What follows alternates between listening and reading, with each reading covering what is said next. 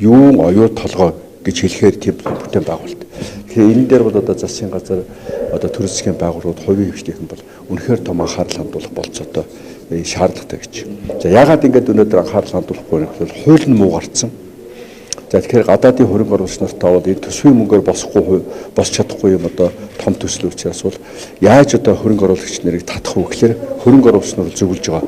За Дубай гэж одоо нөгөө усан шумбаж нэг сувд далайн ёроолоос аваад тэгээд тэрийг одоо олборлож зардаг ийм л тосхон байсан. Тэгээ өнөөдөр харин Дубай чинь яагаад одоо тийм өндөр тэнгэр багандсан гой байшин барилгатай болчихвоо. Яагаад тэнд гадаадын хөрөнгө оруулалт өгөхлөөр хууль эрх зүйн орчноо зассан. Хүний өмчийг булаадаггүй, татврын хөнгөлтөө нөхцөлтөө, шүүхнөр Английн шүүхтэй, Английн хуулийн эрх зүйн тогтолцоотой. Ийм одоо нөхцөлийн бүрдүүлэлт өгсөн учраас бол тэнд гадаадын хөрөнгө оруулагч нар бол би хөрөнгө оруулах юм байна, ашиг олох юм байна, миний хөрөнгө тэнд шалдахгүй юм байна, хүн суртал ерөөсөө байхгүй юм байна. Би одоо энэ учрал ерөнхий сайдын хэлээд байгаа бол би зүгээр мэдгэдлэгүүд бизнес хийдэг юм байна. Би зөвшөөрөл авч бизнес хийдэг биш, мэдгэдлэгүүд бизнес хийдэг юм байна гэдээ дубаар хошуурсан байна. За энэтэй бас өрсөлдөөр Казахстаны Астана хотын дэргэд олон улсын санхүүгийн төв байгуулсан. Яг ингэж ажиллаж байна. Тэгэхээр гадаадын хөрөнгө оруулагчнууд бидэрт юу гэж зөвлөж байгаа вэ? Та нар хуулиа засаа. Хуулиа яг Дубайтай адилхан болго. Яг тэгвэл танай замд хятад гэж мундаг одоо хөрөнгө оруулагчийг татдаг орн байна. Казахстан гэж одоо орн болчлоо сүлээ. За Солонгос татчихна. За Орос яхаа хориг архамжаа авч байгаа учраас одоохондоо бол нэг хөрсөлдөгч биш. Тэгэхээр та нар Казахстан эсвэл хятад эсвэл Солонгосоос илүү нөхцөл бүрдүүлээч гэж ингэж санал тавьж байгаа. Тэгэхээр бид нар одоо хууль эрх зүйн талаас нь энэ хар хорийн төслөө үнэхээр гайхалтай төсөл гэдгийг бол одоо батлах тийм хууль эрх зүйн орчин тавих хэрэгтэй юм байна. За хоёрдугаарт бол бид энэ хар хорийн хотоо босгох ажлыг бол том бизнесийн төсөл гэж бодохгүй бол зөвхөн нэг захиргааны байгууллага ажиллаж байгаа маягаар нэг хэдэн хүн сурталтай хүмүүсийг ажил томилчоо тэдэд цалингаа аваад тэгээд нэг гадаадын хөрөнгө оруулагч ирэхлээр бол би завгүй байна, чи хүлээж, би зөвшөөрөл өгөөгүй шүү, чи яах гээд байгаа юм биш. Ийм маягаар ажиллах юм бол ерөөсөө энэ хийж бүтэхгүй юм байна.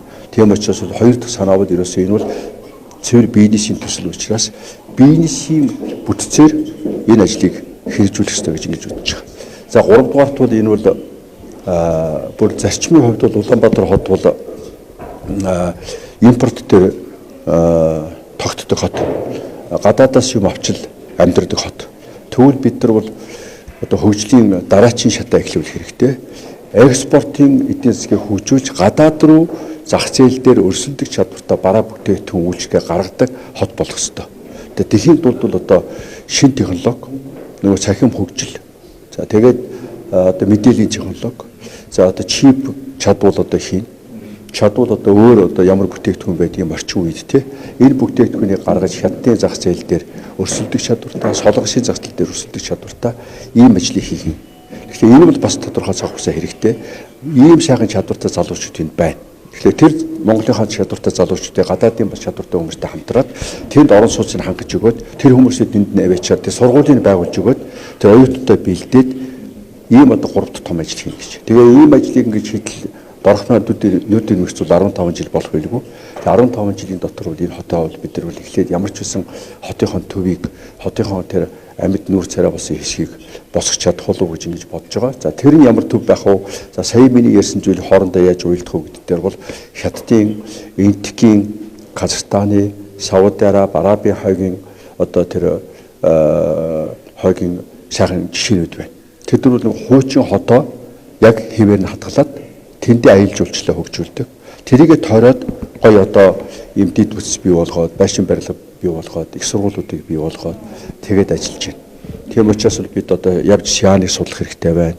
Энтэгт очиж одоо янз янзын тэр дээлигээс ахуулаад бус хотуудыг судлах хэрэгтэй байна. За Сауди Араб Дэрия гэж хот байна. Нём гэж хот байна. За Египет сая шинэ нийслэлээ барьчлаа. Энэ мэтэр бол дэлхийд бол одоо нийслэлээ барих, шинэ хот барих өрсөлдөөн болж байна. Энэ дунд бол бид одоо дэлхийн хамгийн шилдэг компаниудыг тийм ингээд тендер зарлахлаар нэг тийм шилдэг биш. Шилдэггүй чинь яг нэг хүүхд Монголыг бас жоохон тоохгүй байна. Монголыг сайн мэдэхгүй байна. Нөгөө тэртээ дөрвөө зах зээл сайтай учраас. Тийм учраас шилдэгүүдийг урихын тулд бол шилдэгүүдийг оруулахын тулд урих хэрэгтэй юм байна. Тендер зарлах маягаар биш. Шилдэггүй чинь нөгөө одоо товчгөл хөтөл жоохон бие тооцсон. Зүгээр одоо соёлтой хэлэх юм бол урилга хүлээдэг. Тий. Урих юм бол очдог. Тим хэмжээд очил л дээ.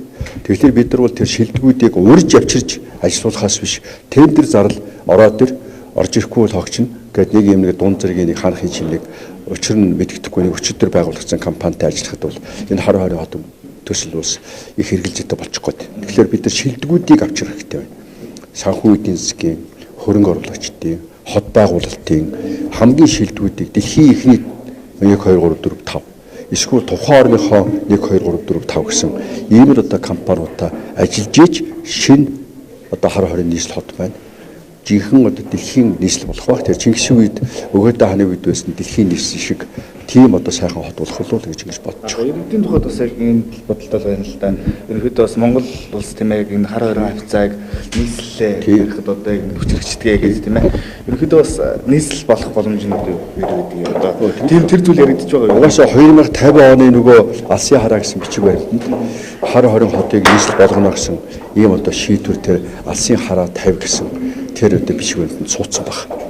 Тийм учраас бол тэрийг одоо өнөөдөр би ярьж байгаа юм биш. Угаасаа их хурлаар гарцсан бодлоо, их хурлаар батлагдсан бодлого байхгүй юу? Тийм учраас бол бид нар одоо тэрийг хэрэгжүүлэхийн төлөө ажиллан тэр утгаараа би хэлж байгаа юм. 2050 он хүртэл Монголын хамгийн том бүтээн байгуулалт шүү. Энэ Улаанбаатар хотын төвчрлийг энэ одоо туулголоо ингэж устгаж биш те. Туулголоо ингэж дээрлэхэж биш. Туулголоо ингэж эвдэж биш.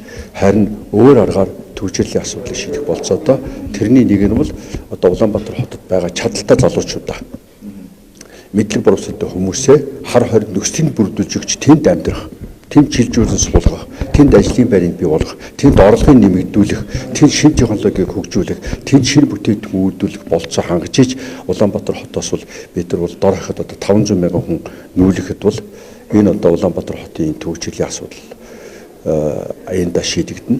Энэ агаар орчин одоо энэ бохирдлал болсон тэр ямар ч хэрэггүй нөгөө туулгалаад барих гэдэг гүр чинь ямар ч хэрэггүй байжээ гэдгийг бол ойлгоно. За хэрэггүй байжээ гэдгээс гадна энэ одоо энэ сайхан голоо ингэж устгах ямар ч шаардлагагүй байжээ гэдгийг бол ойлгох. Энэ туулгал бол одоо хэдэн мянган жил Монголын нутаг дэвсгэрээр уусж байгаа энэ хаан хинтэй болоос ихээ авсан биднийг ундаалдаг бидний одоо нэг ясны ээжтэй хатан туул те хатан туул гэж бид нар ярьдаг бидний ээж байхгүй тэгэхээр ээжтэйгээ ингэж одоо зүрх рүү юм уу мөмөр юм одоо хаан шинэ одоо ингэж нөгөө багна гэдэг нэртэйгээр ингэж мис одоо мисэл гэсэн үг шүү дээ ингэж одоо хатгаж цоолж ингэж одоо хайр найргуу ингэж хандж болохгүй л гэж бодож байгаа. Тийм учраас хар хорин хотыг барьж бүгдээрээ одоо энэ төвчрлийн асуудлыг шийдье. Хар хорин хотыг барьж хөгжлөө эрчимжүүлье. Хар хорин хотыг барьж Монголын өндөр боловсролтой залуучуудыг тэр оюун ухааных нь тэр сайхан одоо хүч чадлынтай ажиллаж шинэ бүтээгдэхүүн гаргадаг шинэ үр царай болъё л гэж бодож